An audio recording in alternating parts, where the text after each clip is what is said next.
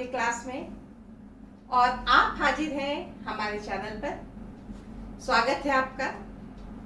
और चलिए अब हम चलते हैं ज्ञानवर्धन की ओर। और आज का हमारा टॉपिक आधुनिक यूरोप के इतिहास से संबंधित है और यूरोप में भी फ्रांस के इतिहास से संबंधित है और फ्रांस में जो नेपोलियन बोनापार्ट हुए उससे संबंधित है। तो क्या है आज का चैप्टर हमारा?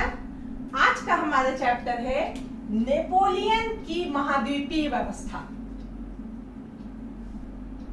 नेपोलियन की महाद्वीपीय व्यवस्था, उसका कॉन्टिनेंटल सिस्टम, ये बहुत ही फेमस है इतिहास के पन्नों में। कहा जाता है कि नेपोलियन की जो ये व्यवस्था थी, महाद्वीपीय व्यवस्था, यह एक प्रकार से उसके पतन का भी कारण बनी। तो आखिर ये व्यवस्था थी क्या? चलिए हम इसे जानते हैं। पूरा वीडियो देखें ध्यान से। अच्छा लगे तो लाइक करें, बहुत अच्छा लगे तो कुछ कमेंट भी करें, शेयर जरूर करें। और अब चलें हम आगे चलते हैं नेपोलियन की महाद्वीपीय व्यवस्था देखने के लिए। आखिर ये महाद्वीपीय व्यवस्था थी क्या? जैसा कि हम जानते हैं, नेपोलियन एक साधारण परिवार का लड़का, जिसने अपनी योग्यता के बल पर एक सैनिक से लेकर सेनापति से लेकर डायरेक्टरी शासन में महत्वपूर्ण पद पे रहकर कॉन्सल बनकर, फर्स्ट कॉन्सल बनने के बाद वह फ्रांस का सम्राट बन गया था। वही सम्राट, वही व्यवस्था जिसे हटाने के लिए फ्रांस की क्रांति हुई थी कि सम्राट हटेगा, अब राजशाही नहीं रहेगी। इसी का समर्थक कभी नेपोलियन भी था, लेकिन उसकी महत्वाकांक्षा ने, उसकी योग्यता ने, उसकी वीरता ने उसे फ्रांस का सम्राट बना दिया। वो सम्राट बना, उसमें योग्यता थी, बाहुबल था, जिसके कारण उसने यूरोप के अधिकांश देशों पर अपना प्रभाव जमाया। उसे जीता, जब जीत करके उसी को दे दिया। कहने का मतलब यूरोप के अधिकांश देश नेपोलियन के आगे नतमस्तक थे, झुके हुए थे। अब नेपोलियन की आकांक्षा कहां जा रही थी? वह जा रही थी कि क्यों ना यूरोप का केंद्र जो हो वह फ्रांस हो और जितने भी यूरोप के देश हों वो सभी फ्रांस के अधीन हो। ये उसकी इच्छा थी। इसके लिए उसने कार्रवाई शुरू की। और यह कार्रवाई क्या थी कि यूरोप में जितने भी बड़े बड़े देश हैं उसको अपने अंडर कर लिया जाए। सबसे पहले उसकी नजर में इंग्लैंड था कि इंग्लैंड को अपने अधीन अगर कर लिया जाए तो उसके बाद तो सब काम यूं ही हो जाएगा। लेकिन इंग्लैंड के पास जो नौसैनिक बेड़ा था या उसका जो नेवी था वो बहुत ही स्ट्रॉन्ग था। उसका जो पानी का जहाज था, उसकी नौसेना, उसके सैनिक, वो इतने दक्ष थे, इतने कुशल थे उस समय। ना सिर्फ यूरोप में बल्कि विश्व में इंग्लैंड की नौसैनिक शक्ति का बराबरी करने वाला कोई नहीं था। ऐसे में फ्रांस को थोड़ा भय था, नेपोलियन को थोड़ा डर था कि पता नहीं इससे सामना कर पाएंगे कि नहीं, इससे हम जीत पाएंगे कि नहीं। लेकिन उसकी महत्वाकांक्षा ने उसे आक्रमण करने को मजबूर किया कि चलो इंग्लैंड पे आक्रमण करते। इंग्लिश चैनल पर इंग्लैंड की सेना और फ्रांस की सेना का मुकाबला हुआ। इंग्लिश चैनल पर, यानी स्वाभाविक है वहां पे नौसैनिक शक्ति का ही दबदबा चलता, उसी से काम चलता। स्वाभाविक था फ्रांस हार गया। जो अंग्रेजों का जो सेनापति था, नौसैनिक सेनापति था नेल्सन, उसने नेपोलियन को हरा दिया, बुरी तरह से हरा दिया। और एक ट्रफलगर के युद्ध में जो है नेल्सन ने नेपोलियन को हरा दिया। नेपोलियन समझ गया कि मैं इसे जीत नहीं सकता, वो किनारे से निकल गया।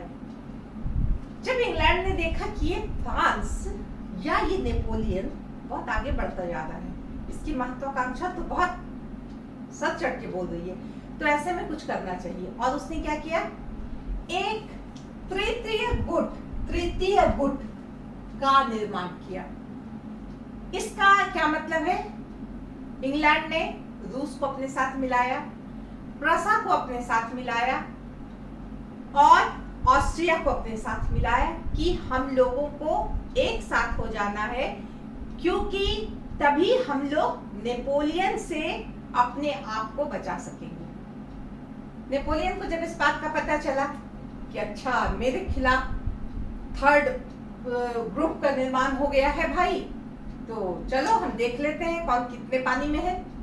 और उसने क्या किया, रूस पे आक्रमण किया, सॉरी पहले ऑस्ट्रिया पे आक्रमण किया। ऑस्ट्रिया को उसने हरा दिया। ऑस्टरलीच के युद्ध में 2 दिसंबर 1805 को ऑस्ट्रिया को हरा दिया। प्रशा को भी हरा दिया।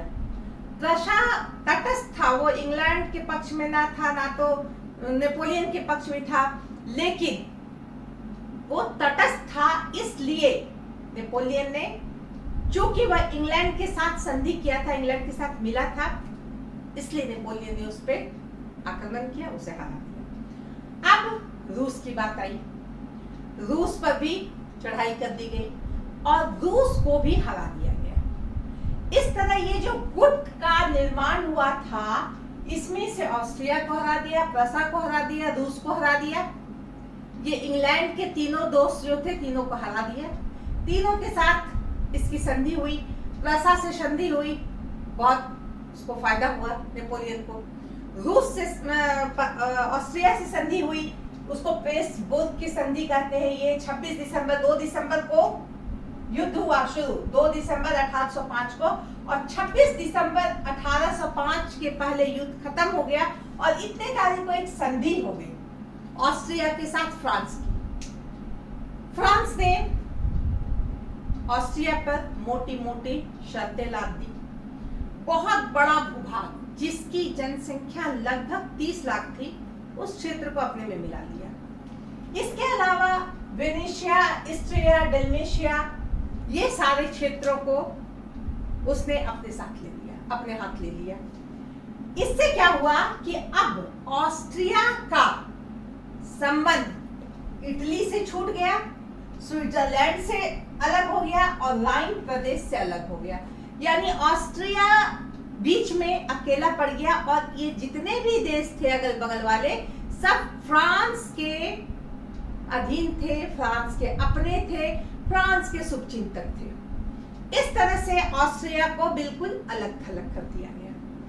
तो इस तरह से हम देखते हैं कि 1805 दिसंबर तक इसने ऐसा काम किया।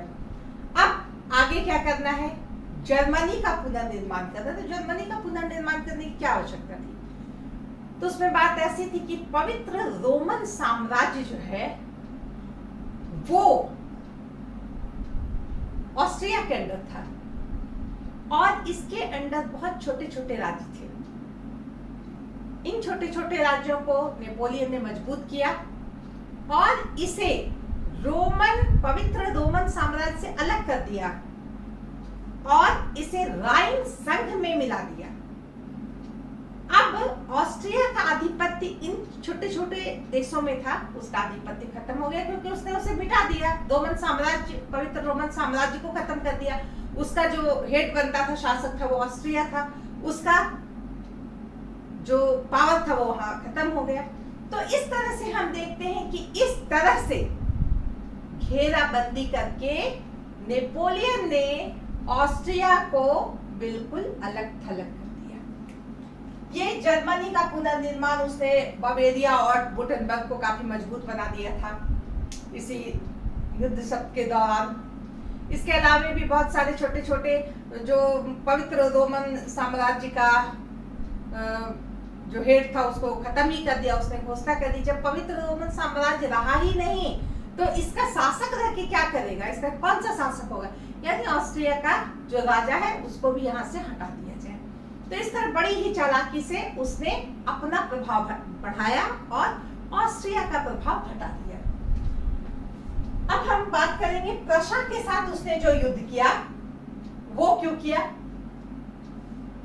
प्रशा ने जब देखा कि जर्मनी के इन क्षेत्रों पर नेपोलियन बढ़ चढ़कर अपना प्रभाव दिखा रहा है तो प्रशा को यह अच्छा नहीं लगा और वहां का राजा फ्रेडरिक जो है वह नेपोलियन के विरुद्ध खड़ा हो गया। अब नेपोलियन के विरुद्ध खड़ा होने का अर्थ ही था हार जाना, क्योंकि नेपोलियन उस समय बहुत ही सशक्त शासक था। प्रशा हार गया, प्रशा को छोड़ दिया, चलो हार गया, उसे किनारे किया। अब रूस पे उसने चढ़ाई की, रूस के साथ भी युद्ध हुआ और अंततः हम देखते हैं 8 जुलाई 1807 को टिलसिट की संधि के साथ ही यह युद्ध समाप्त हो गया।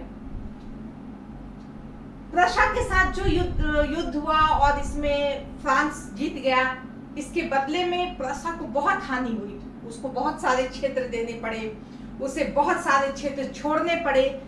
तो प्रशा जो एक बहुत बड़ा देश था, राज्य था, वो छोटा हो गया। लेकिन नेपोलियन ने रूस के साथ ऐसा नहीं किया, उसके साथ उसने एक कूटनीतिज्ञता वाला चाल चला। वो क्या, वो बाद में पता चलेगा। उसके लिए उसने सोच रखा था कि इससे मैं कुछ नहीं मांगूंगा, इससे मैं कुछ लूंगा नहीं, ना जुर्माना, ना हर्जाना, ना कोई देश, ना कोई किसी भी तरह का कुछ मैं नहीं लूंगा, बाद में मैं इसे कैश करूंगा, ऐसा उसने सोचा और आगे की के लिए उसने अपनी तैयारी शुरू की। जब प्रशा के साथ युद्ध हुआ और नेपोलियन बर्लिन में प्रवेश किया, तब उसने क्या किया, 21 नवंबर 1806 को एक बर्लिन घोषणा की। बर्लिन घोषणा के अंतर्गत उसने क्या किया, कहा कि यूरोप का कोई भी देश जो हमारे साथ है, हमारे अधीन है, हमारा मित्र है, वह इंग्लैंड के साथ किसी तरह का कोई व्यापार नहीं करेगा, किसी भी तरह का जहाज उसके बंदरगाह पे नहीं आएंगे, कोई भी ये हमारा देश का जहाज उनके बंदरगाह पे नहीं जाएगा, कोई व्यापार नहीं होगा। ऐसा क्यों कहा? यही महाद्वीपीय व्यवस्था का आधार था कि इंग्लैंड को बिल्कुल अलग कर देना। नेपोलियन कहा करता था कि इंग्लैंड क्या है, बनियों का देश है या दुकानदारों का देश है, क्योंकि इसकी अर्थव्यवस्था यही वाणिज्य व्यापार पर टिकी हुई है। इसके यहाँ कृषि बहुत अधिक नहीं थी, इंग्लैंड में कृषि के लिए इसे दूसरे पर ही निर्भर रहना पड़ता था, लेकिन इसका वाणिज्य व्यापार इतना तगड़ा था कि इसके द्वारा वह एक मजबूत देश बना हुआ था। और अंग्रेज और नेपोलियन का ये सोचना था, अगर इन अंग्रेजों को हराया जाए तो कैसे, इसका वाणिज्य व्यापार पूरी तरह से बंद कर दिया जाए, उसे पूरी तरह से ऐसा चोट दिया जाए उसके वाणिज्य व्यापार पर कि वह खड़ा नहीं हो सके। और इसी उद्देश्य से उसने सबसे पहले बर्लिन घोषणा की कि इंग्लैंड के साथ कोई भी व्यापार नहीं करेगा, चाहे वो ऑस्ट्रिया हो, चाहे रूस हो या प्रशा हो या डेनमार्क हो, किसी को कोई व्यापार नहीं करना है। बहुत सारे देश तटस्थ थे। तटस्थ कहने का अर्थ ना वो नेपोलियन के पक्ष में थे, ना वो ब्रिटेन के पक्ष में थे, ना फ्रांस के पक्ष में थे, ना इंग्लैंड के पक्ष में थे। ऐसी स्थिति में भी नेपोलियन ने उन देशों को धमकी दी कि देखो जी, तुम लोग वहां से कोई व्यापार मत करना। चलो ठीक है। उसके बाद फिर वार्शा में एक घोषणा हुई 25 जनवरी 1807 को। इस घोषणा में भी यही कहा गया कि अगर इंग्लैंड का कोई जहाज इन बंदरगाहों में आएगा तो वो पकड़ लिया जाएगा, उसका सामान जब्त हो जाएगा, उसे गिरफ्तार कर लिया जाएगा उसमें जो लोग रहेंगे।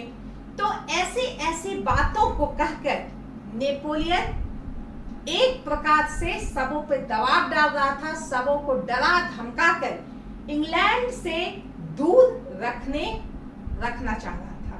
यही उसका उद्देश्य था। इस बात को देख करके इंग्लैंड भी कहां चुप रहने वाला था, उसने भी ऑर्डर इन काउंसिल जारी किया कि ठीक है, अगर कोई मेरा माल नहीं लेगा तो हम भी कार्रवाई करेंगे।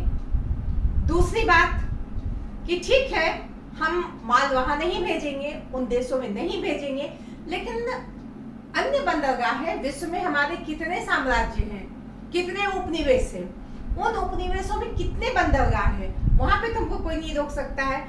और दूसरी बात, हमारे उन उपनिवेशों के बंदरगाह पर यदि इनके जहाज आएंगे तो उसे भी हम छोड़ेंगे नहीं, उसका माल जब्त कर लेंगे, वहां के लोगों को गिरफ्तार कर लेंगे।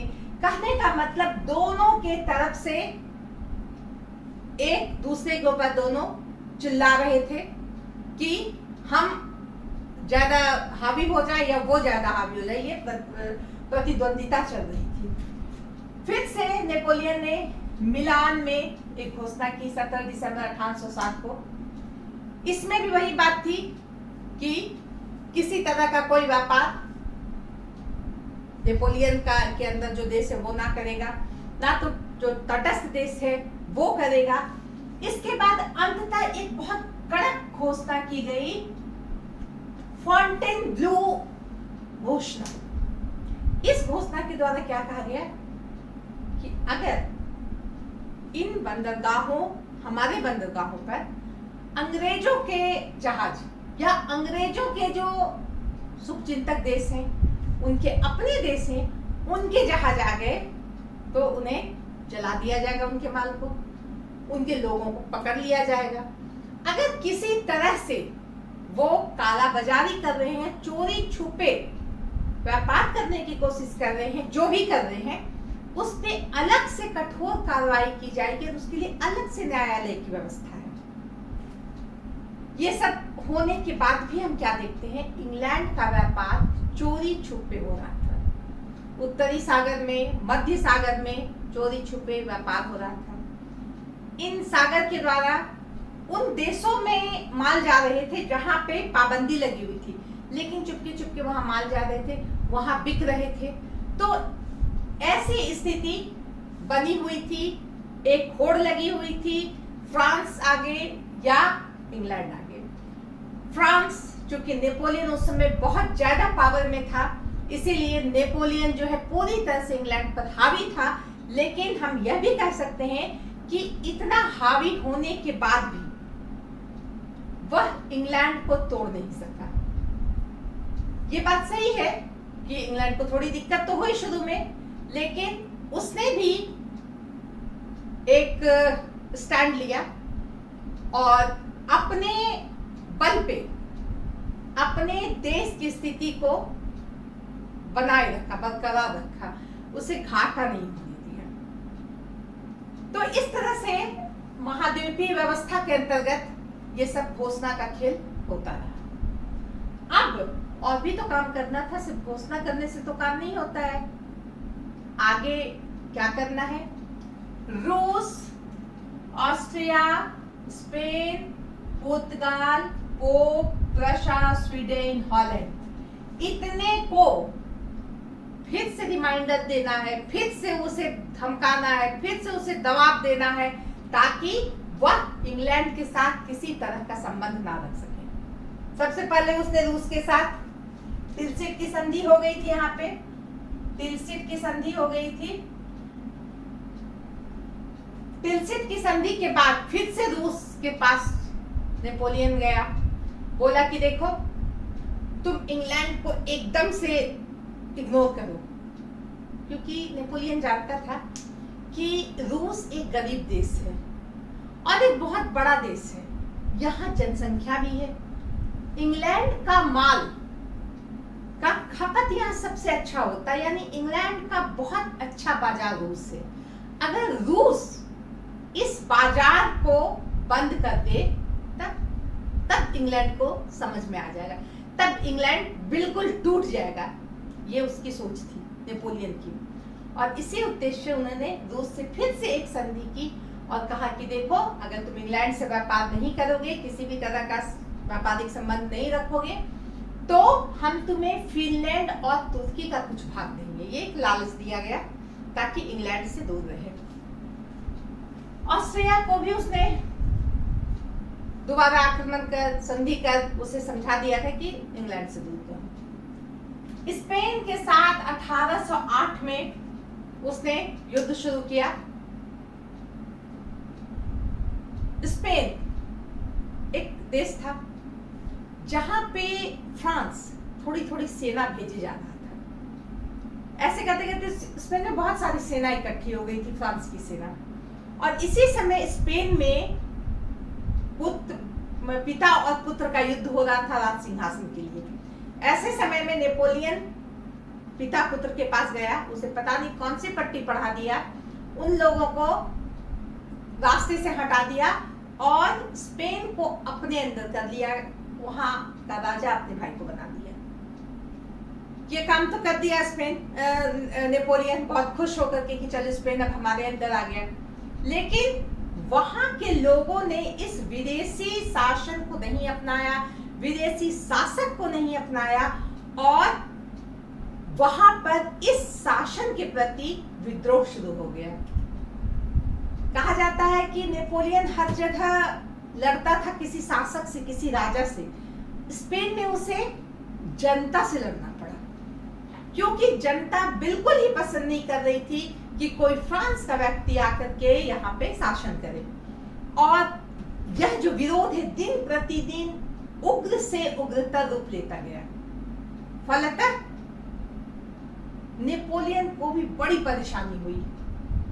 एक तो राष्ट्रीयता की भावना, दूसरी बात वहां की भौगोलिक स्थिति ऐसी थी कि नेपोलियन वहां पे सही तरीके से युद्ध नहीं कर पा रहा था, नेपोलियन की सेना।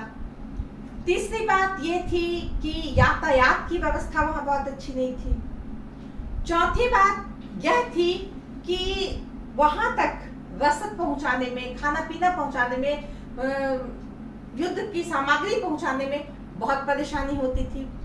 इसके अलावा भी बहुत सारे प्रॉब्लम्स थे, बहुत सारी समस्याएं थी, जैसे कि बहुत सारे सेनापति थे। अब उन सेनापतियों में आपस में मतभेद। फ्रांस में बैठा हुआ नेपोलियन जब तक कुछ आदेश दे रहा है, तब तक यहाँ की स्थिति कुछ और हो जा रही है।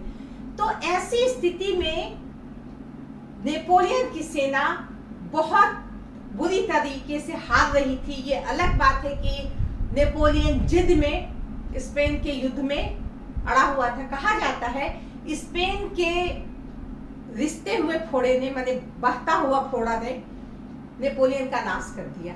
ये बात सही है। 1808 में शुरू हुआ युद्ध स्पेन के साथ 1814 तक चला। कहने का मतलब इतने लंबे समय तक चलने वाले युद्ध में नेपोलियन को बहुत अधिक हानि हुई। और अब पुर्तगाल से भी निपटना था। पुर्तगाल को भी कहना था भैया इंग्लैंड से दूर रहो। पुर्तगाल ने शुरू में कहा कि ठीक है, बाद में इंग्लैंड से वो उसका संबंध चला, माने हो रहा था व्यापारिक संबंध। ऐसे में फ्रांस ने इस पे हमला किया, इसे अधीन करके छोड़ दिया। पोप ने कहा कि भाई मैं तटस्थ हूं, मुझे किसी से लेना देना नहीं है। क्यों तटस्थ हो तुम हमारे पक्ष में रहो। इस बात पर नेपोलियन ने पोप पर भी आक्रमण कर दिया, पोप को गिरफ्तार करके बंद कर दिया। प्रशा पर उसने अलग ही रुख अपनाया, प्रशा को दबाने के लिए हर संभव कोशिश की कि तुम्हें इंग्लैंड से दूर रहना है। स्वीडन और हॉलैंड, ये सारे देशों से नेपोलियन ने दबाव में कि तुम इंग्लैंड के साथ किसी प्रकार का संबंध नहीं रखो, कोई वाणिज्य व्यापार नहीं होगा, उसके बंदरगाह पे तुम्हारा जहाज नहीं जाएगा, उसका जहाज तुम्हारे बंदरगाह पे नहीं जाएगा, जो उसका दुश्मन है वह तुम्हारा भी दुश्मन है। तो इस तरह की स्थिति को उत्पन्न कर दिया। तो ये जो आपस में जो ये सभी देशों से उसका युद्ध हो रहा था, इसे हम प्रायद्वीपीय युद्ध के नाम से जानते हैं। महाद्वीपीय व्यवस्था का ही एक रिजल्ट था कि पेनिनसुला वार वहां शुरू हो गया था। हर देश के साथ अलग अलग युद्ध चल रहा है, तो यह नेपोलियन के हित में नहीं था।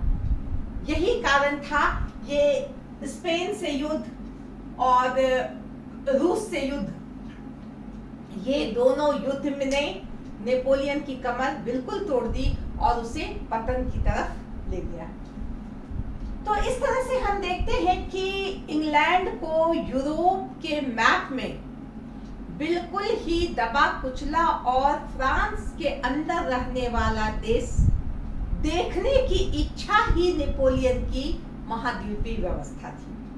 और इस महाद्वीपीय व्यवस्था के बहुत बुरे परिणाम निकले। अगर हम कहा जाए परिणाम क्या निकले, तो बहुत बुरे परिणाम निकले। सबसे पहली तो बात तो ये पेनिनसुला वार शुरू हो गया। दूसरी बात कि इंग्लैंड एक बहुत बड़ा निर्यातक था। अब जब उसका निर्यात यूरोप के देशों में बंद हो गया, तो यूरोप के अन्य देशों के आर्थिक क्षेत्र में, सामाजिक क्षेत्र में, राजनीतिक क्षेत्र में बहुत असर पड़ा। महंगाई बढ़ गई। वहां पे किसी भी चीज का दाम जो 4 रुपया होना चाहिए वो 16 रुपया हो गया। किसी भी वहां बेरोजगारी बढ़ गई। कहने का मतलब वो मौलिक आवश्यकता थी, लेकिन नेपोलियन के कारण वह नहीं वो मंगा सक रहा है, वो सामान नहीं मंगा सक रहा है, या वह जो उसे भेजना चाहिए वो नहीं भेज पा रहा है। तो इस तरह से ना सिर्फ पूरे फ्रांस की जनता, यूरोप की जनता, फ्रांस की जनता को भी इससे प्रॉब्लम होने लगा और वह नेपोलियन की इस व्यवस्था पर नाराज हो गई। पोप के साथ उसने जो किया, पोप के साथ उसने क्या किया, उसे गिरफ्तार कर लिया। धार्मिक क्षेत्र में यह एक बहुत बड़ा उसने गलत काम कर दिया, क्योंकि लोगों की श्रद्धा पोप पर थी। रोमन कैथोलिक चर्च का वो प्रधान था। ईसाई धर्म में उसका महत्वपूर्ण स्थान है पोप का, और उसके साथ नेपोलियन ने ऐसा व्यवहार किया, यह लोगों को पसंद नहीं आया। इसके अलावा बहुत सारे देश जिसको दबाव में रख करके उसके साथ व्यापार मत करो, उसके साथ व्यापार मत करो, दबाव में तो हाँ बोल देते थे, लेकिन मौका मिलते ही वो इंग्लैंड के पक्ष में चले जाते थे।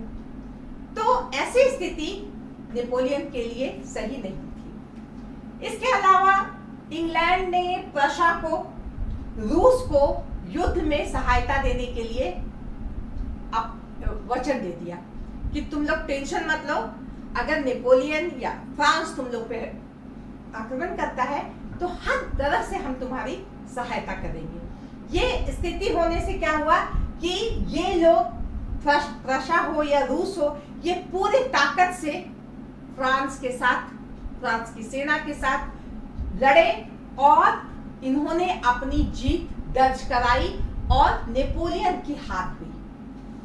तो इस तरह से हम देखते हैं कि बहुत सारे ऐसे परिणाम हुए जो नेपोलियन के हित में नहीं हुए। अगर नेपोलियन की यह योजना अगर सफल हो जाती तो यूरोप का इतिहास ही कुछ और होता, लेकिन ये इतना आसान नहीं था। इसके असफलता के कई कारण थे, क्योंकि ये जो महाद्वीपीय व्यवस्था थी प्रैक्टिकल नहीं थी। इतना बड़ा यूरोप में एक फ्रांस पूरे पर आधिपत्य जमा करे, फ्रांस का सम्राट पूरे यूरोप का सम्राट हो, ये प्रैक्टिकल नहीं था। दूसरी बात कि पोप हो, उसके प्रति जो श्रद्धा है वह कोई उसमें कमी नहीं ला सकता था। तो इस तरह से बहुत सारे कारण थे कि यह महाद्वीपीय व्यवस्था जो है सफल नहीं हुई। इसके जो प्रायद्वीपीय युद्ध थे उसमें नेपोलियन लड़ता रहा, बरसों बरस लड़ते रहा, और इससे उसके देश की स्थिति खराब हुई, इसकी सैनिक की स्थिति खराब हुई, इसकी अपनी भी स्थिति खराब हो गई। इसी के परिणाम स्वरूप अंत में वो हार गया और उसे अल्बा द्वीप देकर के उसे भेज दिया गया और बाद में उसे सेंट हेलेना भेज दिया गया। तो ये सब क्यों हुआ? ये इसी सब के परिणाम स्वरूप यहाँ तक नेपोलियन की गति हो गई। तो इस तरह से हम इसका मूल्यांकन अगर हम करें तो हम क्या कहेंगे कि नेपोलियन ने यह व्यवस्था जो शुरू की वह उसकी महत्वाकांक्षा का एक परिणाम था जो प्रैक्टिकल नहीं था। नेपोलियन ने बहुत कोशिश की लेकिन उल्टा हुआ। नेपोलियन आगे बढ़ने की अपेक्षा पीछे हट गया। ये स्पेन का और प्रशा का, रूस का के साथ जो उसका युद्ध था वो बहुत ही विनाशकारी हुआ। तो इस तरह से हम कह सकते हैं कि नेपोलियन का वो सपना महाद्वीपीय व्यवस्था जिसमें वो फ्रांस या नेपोलियन सर्वश्रेष्ठ हो वह समाप्त हो गया। तो इसके साथ ही आज मैं इस चैप्टर को यहाँ समाप्त करती हूँ। आप इसे पूरा देखें। धन्यवाद।